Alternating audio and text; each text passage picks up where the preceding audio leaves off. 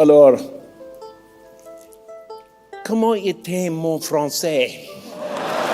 That's Jim Carrey at the 51st César Awards in Paris. He has just delivered an entire acceptance speech in French. Not good French, not fluent French. Halting, thick accented, carefully rehearsed French. Months of preparation. And the room isn't cringing, the room is on its feet.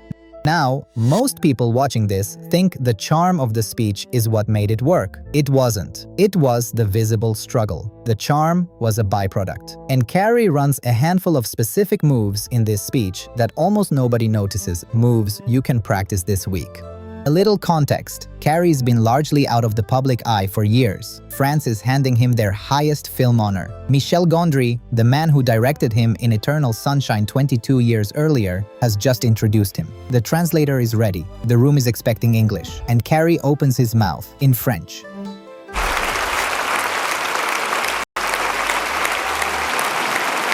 That right there is what I call the refusal to hide. Most people would have given a polished English speech with maybe a merci at the end. But a perfect English speech only says, I'm grateful. A broken French speech says something completely different. It says, you matter enough for me to be bad at something in front of you.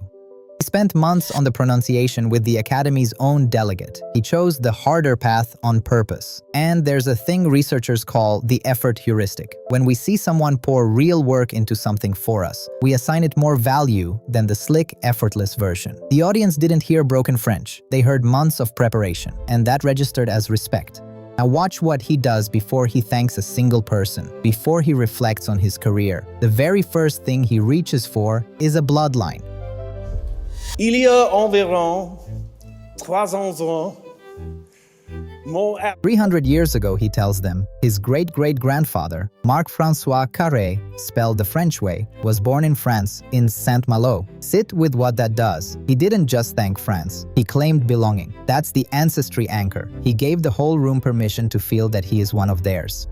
And that reframes the entire evening. This is no longer a famous American accepting a foreign trophy. It's a homecoming, which changes the emotional posture of every person in that room. They are no longer an audience. They're hosts, and hosts feel invested in the success of the moment.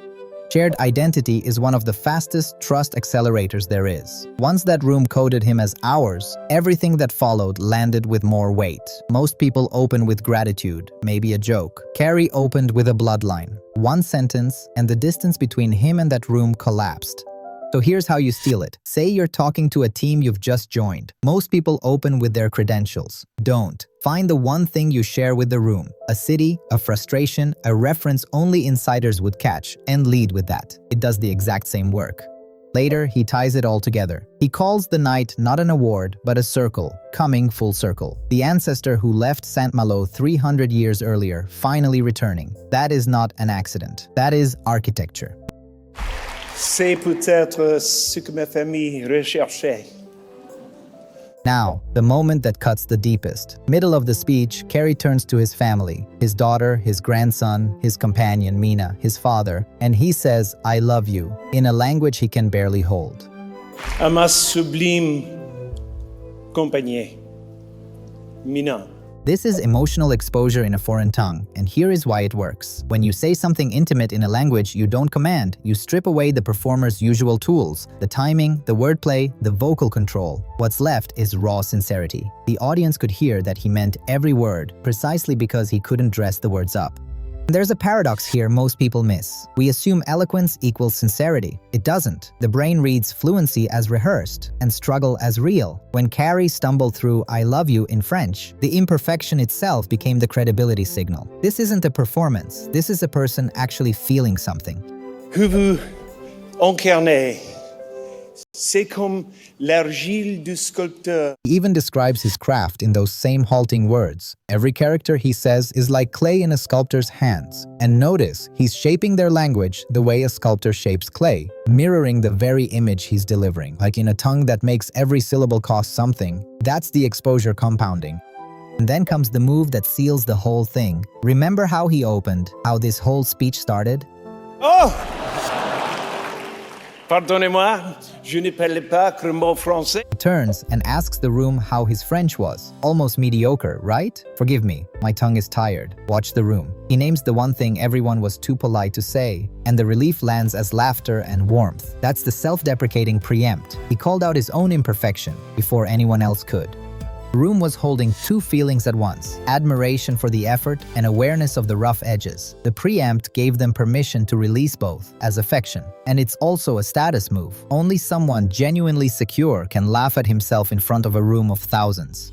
You can run this one tomorrow. Next time you finish something imperfect, a presentation, a first attempt at cooking for someone, a few sentences in a language you're learning, name it before they do. That was my first try and I know it showed. You will feel the room soften.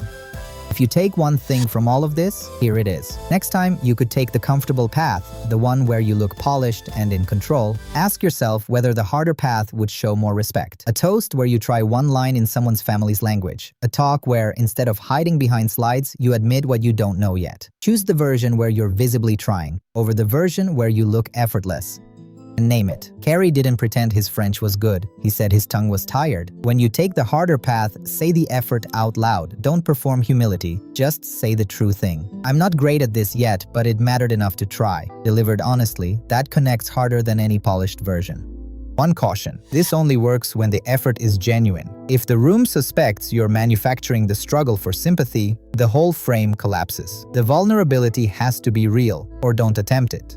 So what happens when a leader runs the exact opposite playbook? Flawless delivery, zero vulnerability, and somehow makes an entire room trust him less because of it.